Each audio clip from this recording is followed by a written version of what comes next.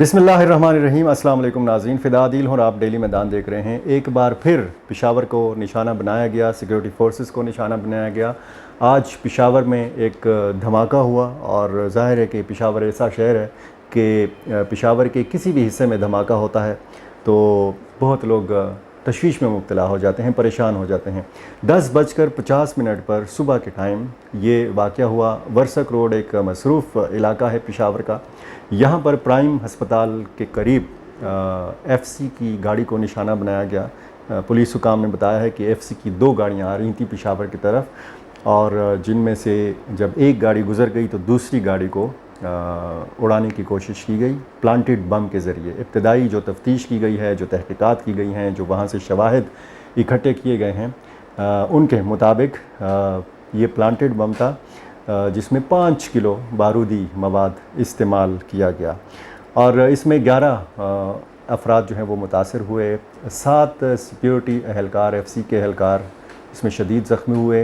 एक एहलकार ने जाम शहादत नोश किया जबकि 3 सिविलियंस भी इस वाक़े में ज़ख्मी हुए। 3 एहलकारों के बारे में बताया गया है कि उनकी हालत तशवीशनाक है और बाकी की हालत ख़तरे से बाहर है। ये जो इलाका है ये मोमंद डिस्ट्रिक्ट मोमंद की तरफ जाता है और यहाँ पर पहले भी वाक़यात होते रहे हैं इसी वर्सक रोड के ऊपर। और पेशावर का ऐसा कौन सा इलाका है कि जहाँ पर इस किस्म की वारदातें नहीं हुई, इस किस्म के वाक़यात नहीं हुए।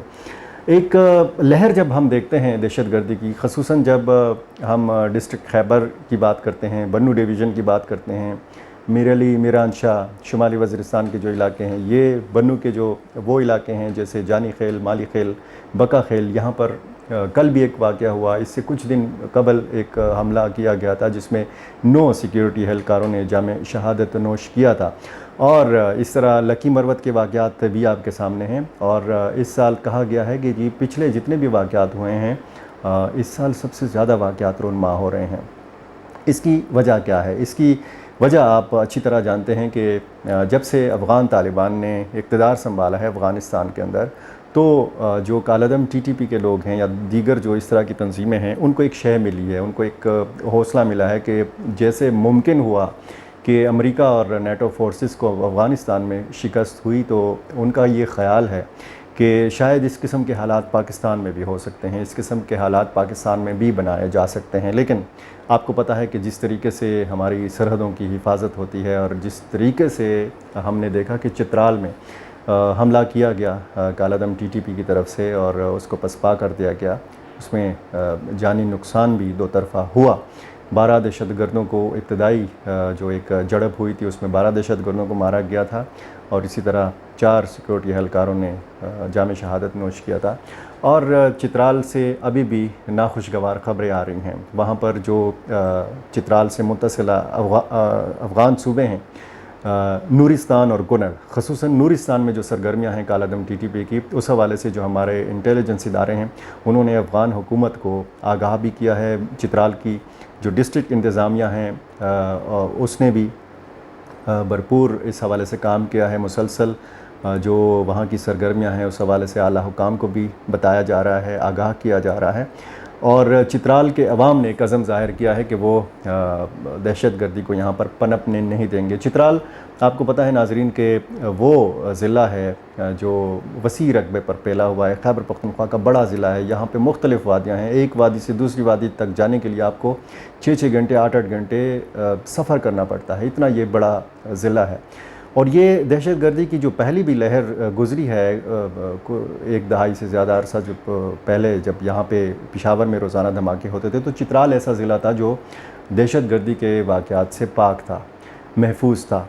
और इस हवाले से अगर देखा जाए तो फिर ये बहुत तशवीश की बात है कि कैसे चित्राल पर वो तंजीमें हमलावर हुई हैं और उन्होंने अफ़गान सरज़मीन का इस्तेमाल किया। अब अफ़गान सरज़मीन जिस तरीके से इस्तेमाल हो रही है, ये दोहा में होने वाला जो मुआहिदा था अमेरिका और अफ़गान तालिबान के माबैन, ये उस मुआहिदे की भी खिलाफ वर्जी है। उस मुआहिदे की एक वाज़ेह शेक है कि अफ़गान सरज़मीन को किसी भी दूसरे मुल्क के ख़िलाफ़ इस्तेमाल नहीं होने दिया जाएगा। अब वो सरज़मीन अगर पाकिस्तान के ख़िलाफ़ इस्तेमाल हो रही है तो ये पाकिस्तान के लिए भी तशवीशनाक बात है, और इससे ज़्यादा ये अफ़गान तालिबान के लिए तशवीश की बात है, क्योंकि अफ़गान तालिबान ने जब से कंट्रोल संभाला है निस्बतन वहाँ से अच्छी ख़बरें आ रही हैं।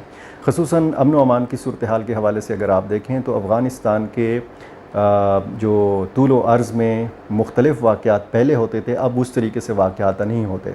वहाँ से खुशगवार ख़बर ये भी है कि वहाँ पर महंगाई की जो शरह है वो कम है। वहाँ से खुशगवार ख़बर ये भी है कि वहाँ पेट्रोल की कीमतें कम हैं।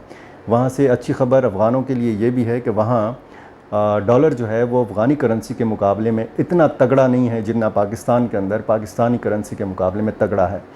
अब ये अगर अच्छी ख़बरें यहाँ से अफ़गानिस्तान से अफ़गानों के लिए आ रही हैं तो पाकिस्तान के लिए नाखुशगवार ख़बरें अफ़गान तालिबान के दौर में क्यों आ रही हैं? इससे पहले जितनी भी हुकूमतें गुज़री हैं एक तसलसल हम देख रहे हैं कि काबुल और इस्लामाबाद के ताल्लुकात जो हैं वो कभी भी खुशगवार नहीं रहे, और यही सूरत हाल हम आज के दिन भी देख रहे हैं कि जब पाकिस्तान ने इत्मीनान का इजहार किया था, इस उम्मीद का इजहार किया था कि अफ़गान तालिबान जब बरसर इक़्तिदार आएंगे तो शायद पाकिस्तान में अमन व अमान का जो बड़ा मसला है, दहशतगर्दी का मसला है, वो हल हो जाएगा। अब हज़ारों की तादाद में वहाँ पर टीटीपी के लोग मौजूद हैं, अफ़गान सरज़मीन में वो ज़िंदगी गुजार रहे हैं, अपनी फैमिलीज़ के साथ गुजार रहे हैं। रियासत पाकिस्तान और कालादम टीटीपी के माबैन आपको पता है कि मुज़ाकरात भी हुए, मुज़ाकरात नाकाम हो गए। एक सीज़ फायर हुआ था, वो सीज़ फायर भी ख़त्म हो गया। उसके बाद हम देख रहे हैं कि दूसरी लहर जो है दहशतगर्दी की वो बहुत तेज़ी से चल रही है। हिकमत अमली भी तब्दील हुई है।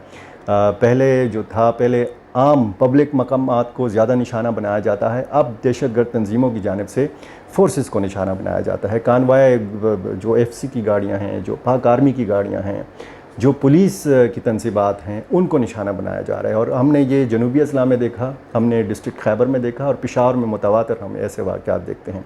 अच्छा, इसमें फिर अक़वाम मुत्तहिदा की रिपोर्ट भी है, और यहाँ पर पुलिस के हुकाम ने भी बार बार ये बताया है कि दहशतगर्दों के पास जो हथियार हैं वो वाले हथियार हैं जो अमेरिका के पास हुआ करते थे, जो नेटो फोर्सेस के पास हुआ करते थे। वो हथियार अब कालादम तंजीमों के हाथ लग चुके हैं, और वही हथियार पाकिस्तान के ख़िलाफ़ इस्तेमाल हो रहे हैं। आज का जो वर्सक रोड का वाक़या है, ज़्यादा जानी नुकसान तो नहीं हुआ। ज़ाहिर है कि एक FC जो मोहम्मद राइफ़ल से ताल्लुक़ था, जिसका उस्मान नाम के एहलकार की शहादत के हवाले से तो ख़बर आई है, और उसमें 7-8 सिक्योरिटी एहलकार और 3 सिविलियंस जो हैं उनके ज़ख्मी होने की इत्तला है, और उनको फ़ौरी तौर पर मुख्तलिफ़ अस्पतालों में पहुँचाया गया है।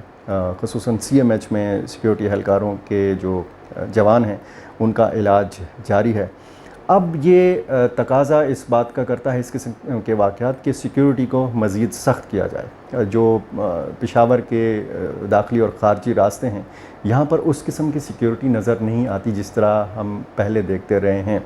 इसी तरह जो बड़े शहर हैं, जो कबायली अज़ला हैं, यहाँ पर भी सिक्योरिटी को ज़्यादा मज़बूत बनाने की ज़रूरत है। ये इसलिए भी ज़रूरी है क्योंकि पाकिस्तान में इलेक्शन की तैयारियाँ हैं।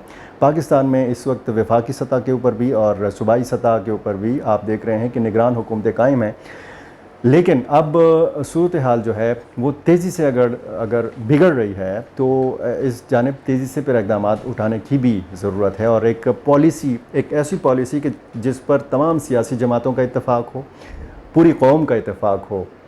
ये ना हो कि जी एक जिस तरह पहले हुआ, जिन मुज़ाकरात का मैंने ज़िक्र किया, उसके कुछ सियासी जमातें हामी थीं और कुछ सियासी जमातें उस प्रोसेस के ख़िलाफ़ थीं।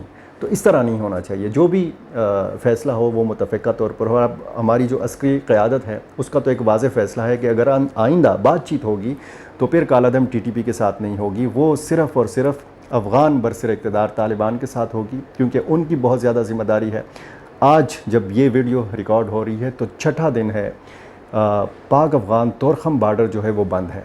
यहाँ हज़ारों लोगों की आमद और रफ्त होती है। वहाँ से बूढ़े आते हैं, ख़वातीन आती हैं, बच्चे आते हैं। यहाँ पर पेशावर में उनका इलाज होता है, ये सिलसिला बंद है। यहाँ से लोग जाते हैं, जब उनकी फौतगी हो जाती है, कोई इनका प्यारा इंतकाल कर जाता है, तो ये ज़्यादातर तरजीह देते हैं कि इनको अपने आबाई इलाकों में ले जाकर सुपुर्द खाक किया जाए, उनका वहाँ पर जनाजा पढ़ाया जाए। ये सिलसिला रुका हुआ है। इस तरह जो वहाँ से चीज़ें आती हैं वो नहीं आ रही हैं, जो यहाँ से चीज़ें जाती हैं वो नहीं जा रही हैं। इसमें आमद और रफ्त होती है सब्ज़ियों की, फलों की, वो गल सड़ चुके हैं, वो ख़राब हो चुके हैं और इसका मार्केट के ऊपर भी फ़र्क पड़ा है। अगर हुकूमत अफ़गानिस्तान को कारोबार की ज़रूरत है, उनकी माशी सूरत हाल को मज़ीद बेहतर बनाने की ज़रूरत है, तो पाकिस्तान के साथ जो कारोबारी ताल्लुकात हैं, जो इक़्तिसादी ताल्लुकात हैं, उनको मज़बूत बनाना होगा। और इस किस्म के वाक़यात अगर पाकिस्तान में एक बार फिर शुरू हो गए हैं और उसमें पूरी तरह क्लियर एक तस्वीर है, शवाहिद सारे यही बता रहे हैं कि जी इन सारे वाक़यात के ताने बाने अफ़गानिस्तान से और अफ़गान सरज़मीन से मिलते हैं, तो फिर इस हवाले से अफ़गान हुकूमत को भी सोचना होगा और जितना वो कर सकते हैं उनको वो करना चाहिए, सिर्फ़ पाकिस्तान के लिए नहीं, अपने लिए भी। बहुत शुक्रिया।